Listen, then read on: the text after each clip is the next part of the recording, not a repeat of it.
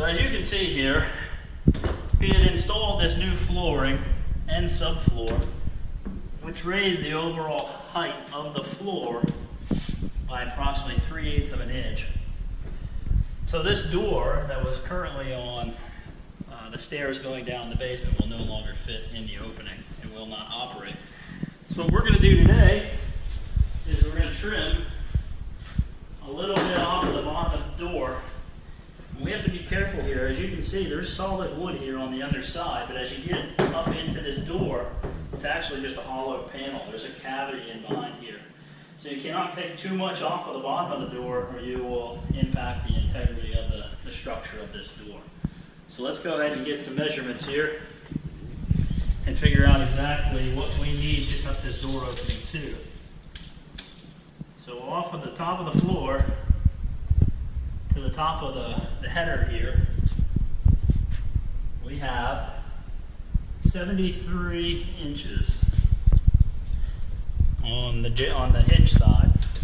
On this side, we have about 73 3/16. So that right off the bat tells you that this door opening could be a little askew, or the floor could not be level.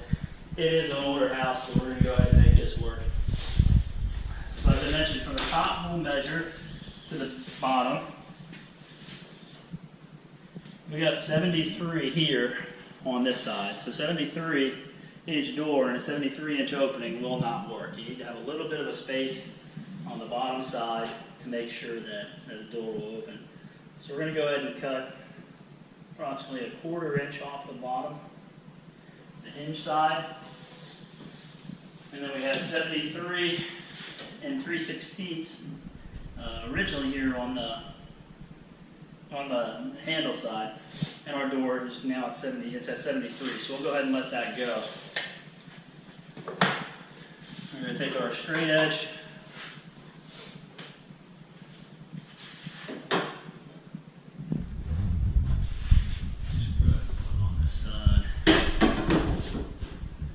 Go from that 72 3/4 to 73 here at the bottom. So we're going to go from that 1/4 inch to nothing, essentially. Go ahead and draw our line.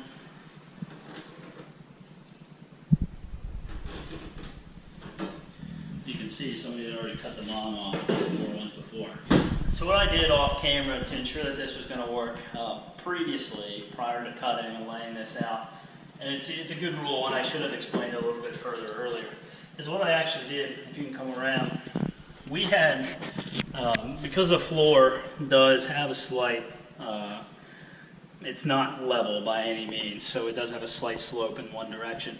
I had measured up from the floor, the top surface of the floor, to the hinge, the bottom hinge, and then I measured up from the bottom of the door to the bottom part of the hinge here, just to make sure that this was going to align perfectly and actually work.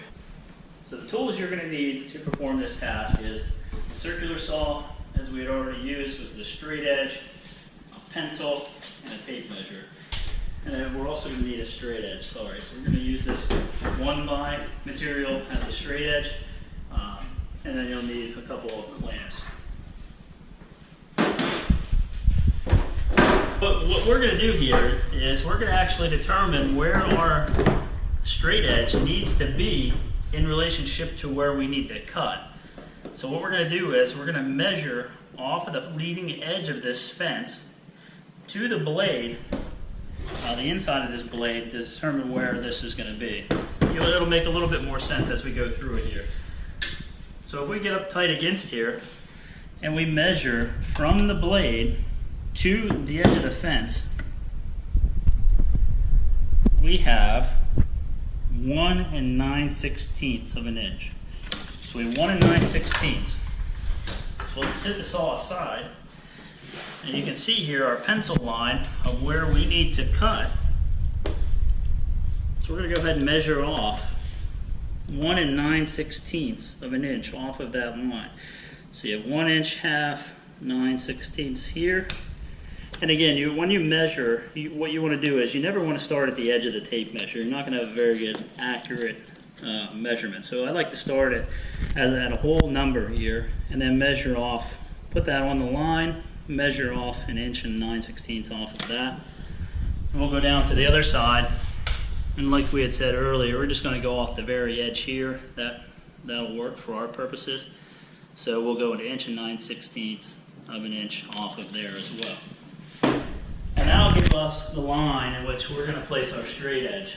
So we'll place our straight edge on 1 inch and 9/16 from our line there, 1 inch and 9/16 here. Again, it's on our pencil marks. And this is important here. You always want to make sure that you're putting your clamp on the opposite side of your straight edge. And that makes sense, and oftentimes people do this and they'll get into their cut and they'll realize that they put the clamp on the wrong side, and you'll know that whenever you're going to cut and you're hitting your clamp. So it's important to put this on the right side when you start, that way you don't have to start and stop your cut. So we're going to put our clamp on the inside edge, tighten it down, we're good here, good there, and we're ready to cut.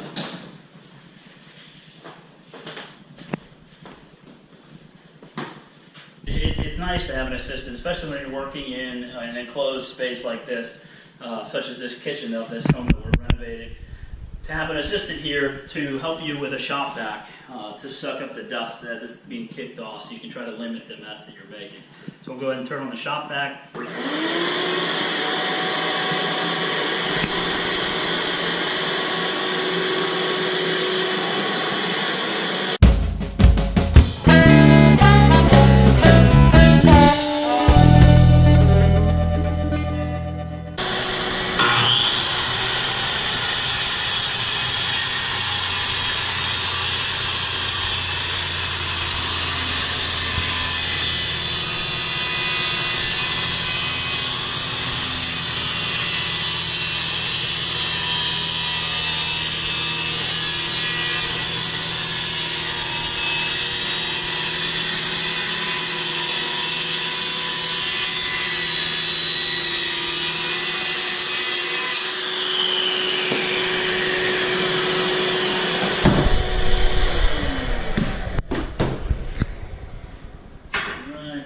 Go ahead and take the clamps off, straight edge off.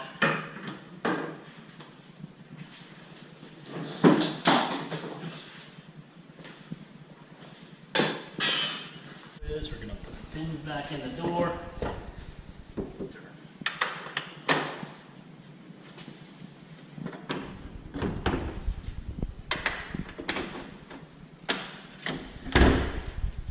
So you'll see here we got about 3/16 of an inch here, evenly across the bottom of the floor. We'll go ahead and touch up. You'll see that it needs lightly sanded here at the bottom just to break those edges. Okay.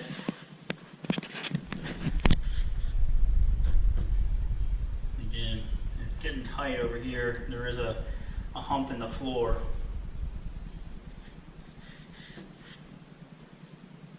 Might be something we have to put a stop on the back side of the door to allow us to stop there, because as you'll see, there is a difference in height here between this section of floor and this section of floor, approximately 3/8 of an inch there. So we don't want to cut an additional 3/8 of an inch off the bottom of this door, because then there's going to be a big gap at the bottom of the door down to the basement. Okay.